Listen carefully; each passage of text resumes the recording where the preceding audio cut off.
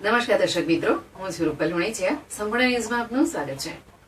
બનાસકાંઠામાં લોકસભાની ચૂંટણીના પડઘમ વાગી રહ્યા છે ત્યારે બનાસકાંઠામાં ભાજપ પક્ષમાં ડોક્ટર રેખાબેન ચૌધરી અને કોંગ્રેસ પક્ષે જ્ઞાનીબેન ઠાકોર એમ બંને પક્ષમાં મહિલા ઉમેદવારો મેદાનમાં ઉતારવામાં આવી છે.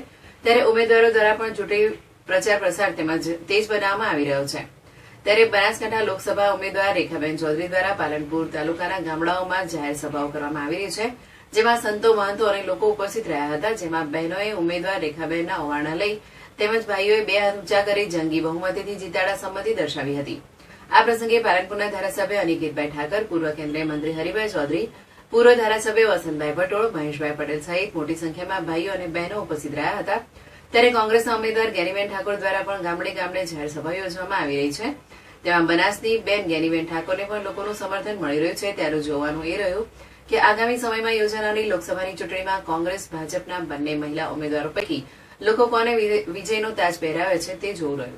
આજે હું પાલનપુર તાલુકાના પ્રવાસમાં છું અને અહીંયા મલાણા ગામે અત્યારે જે સભા પૂરી થઈ એમાં તો બહુ મોટી સંખ્યામાં લોકો ઉપસ્થિત થયા છે અને ધર્મની ધજારૂપી સંતો અને મહંતોએ પણ મને ખૂબ આશીર્વાદ આપ્યા છે.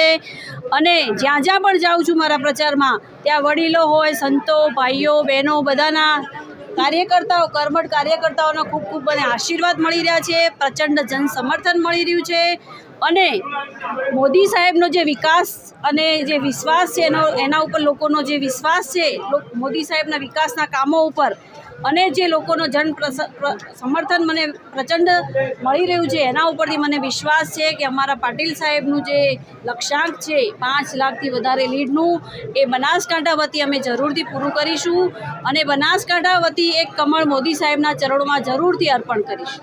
બનાસકાંઠાના લોકો પાસે તમે કેવી જીત અપેક્ષા રાખી રહ્યા છો?